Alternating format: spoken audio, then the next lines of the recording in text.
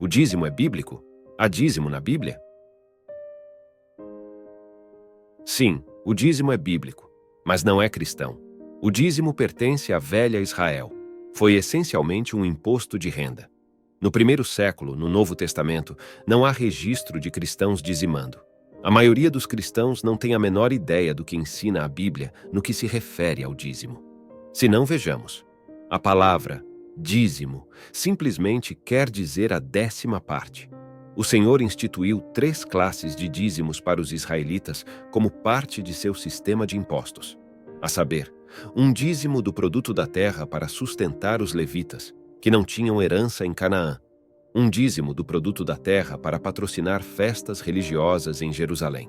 Se o produto pesasse muito para ser levado a Jerusalém, poderia ser convertido em dinheiro. Um dízimo do produto da terra arrecadado a cada 3 anos para os levitas locais, órfãos, estrangeiros e viúvas. Este foi o dízimo bíblico.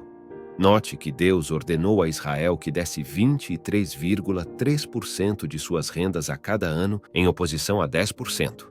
Estes dízimos consistiam do produto da terra, a saber, a semente e o fruto da terra, e o rebanho ou manada. Era o produto da terra, não dinheiro. Pode-se traçar um claro paralelo entre o sistema do dízimo de Israel e o sistema moderno de tributação no Brasil.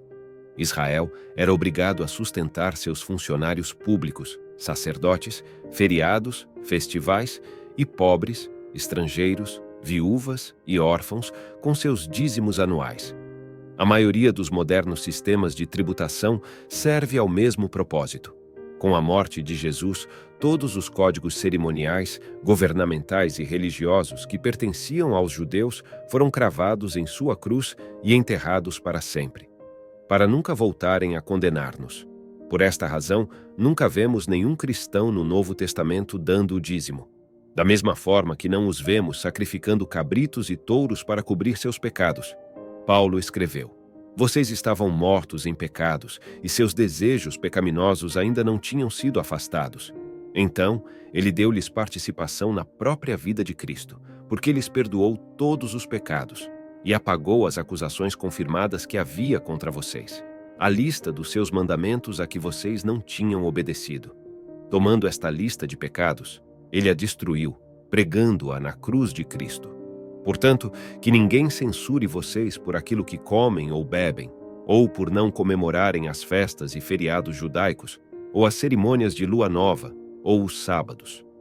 Estes eram preceitos apenas temporários, que terminaram quando Cristo veio. Eram apenas sombras da realidade, do próprio Cristo. Dizimar pertence exclusivamente a Israel sob a lei.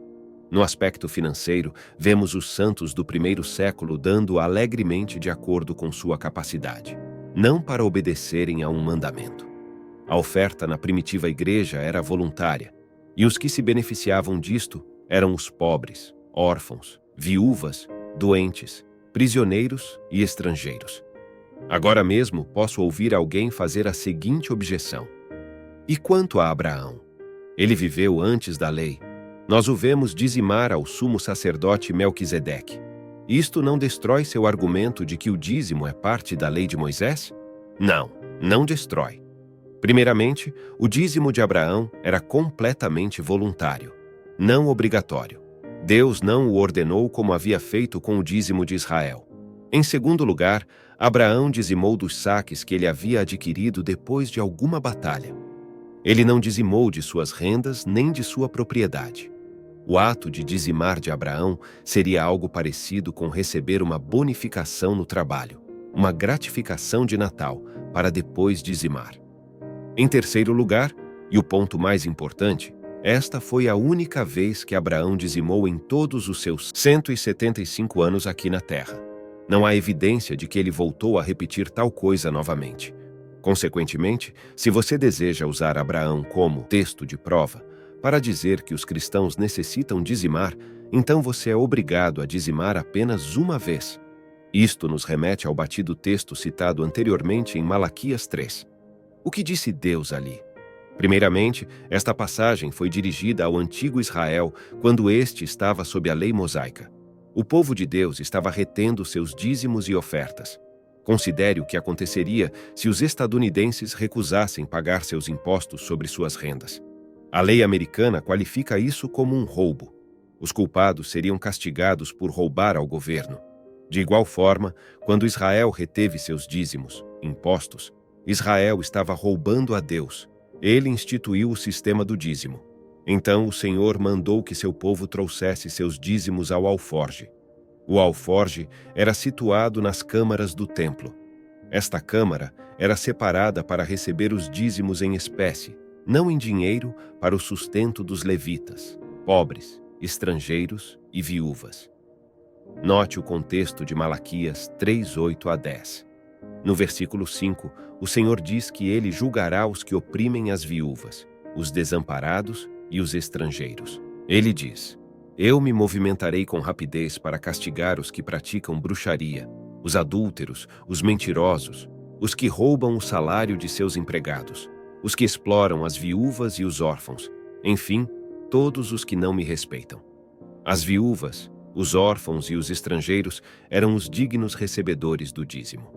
Por reter os dízimos, Israel foi culpado de oprimir a estes três grupos. É aqui que está o coração de Deus em Malaquias 3:8-10, a opressão aos pobres. Quantas vezes você ouviu pastores enfatizar este ponto, martelando teus ouvidos com a passagem de Malaquias 3? Das centenas de sermões que eu ouvi sobre dízimo, nenhuma vez escutei nem mesmo um sussurro acerca do que tratava esta passagem. Ou seja, os dízimos eram para sustentar as viúvas, os órfãos, os estrangeiros e os levitas, que não tinham qualquer propriedade. É isto o que a palavra do Senhor tem como objetivo em Malaquias 3. Lamentavelmente, o dízimo muitas vezes é visto como uma prova definitiva de discipulado. Se você é um bom cristão, você dizimará, pelo menos é assim que se pensa. Mas esta é uma falsa premissa. O dízimo não é nenhum sinal de devoção cristã. Se assim fosse, todos os cristãos do primeiro século teriam sido condenados por falta de piedade. A raiz persistente detrás do constante empurrão para que as pessoas dizimem na igreja moderna é o salário do clero.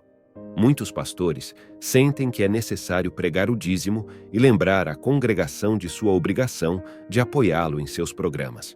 E eles usam a promessa de uma bênção financeira ou o temor de uma maldição financeira para assegurar que os dízimos continuem sendo arrecadados. Desta maneira, o dízimo moderno é o equivalente a uma loteria cristã. Pague o dízimo e Deus lhe devolverá mais dinheiro depois. Recuse dar o dízimo e Deus lhe castigará. Tais pensamentos assaltam o cerne das boas novas do Evangelho. Conclusão: embora o dízimo seja bíblico, não é cristão. Jesus Cristo não o afirmou. Os cristãos do primeiro século não o observaram, e por cerca de 300 anos, o povo de Deus não o praticou. Dizimar não foi uma prática aceita em grande escala entre os cristãos até o 8º século. O ato da oferta no Novo Testamento era segundo a capacidade de cada um. Os cristãos doavam para ajudar outros, tanto como para apoiar obreiros apostólicos, permitindo-lhes viajar e fundar igrejas. Socorrendo outros crentes. Atos 6:1-7, 11:27-30, 24:17, Romanos 15:25-28, 1 Coríntios 16:1-4, 2 Coríntios 8:1-15, 9:1-12, 1 Timóteo 5:3-16. Socorrendo plantadores de igrejas.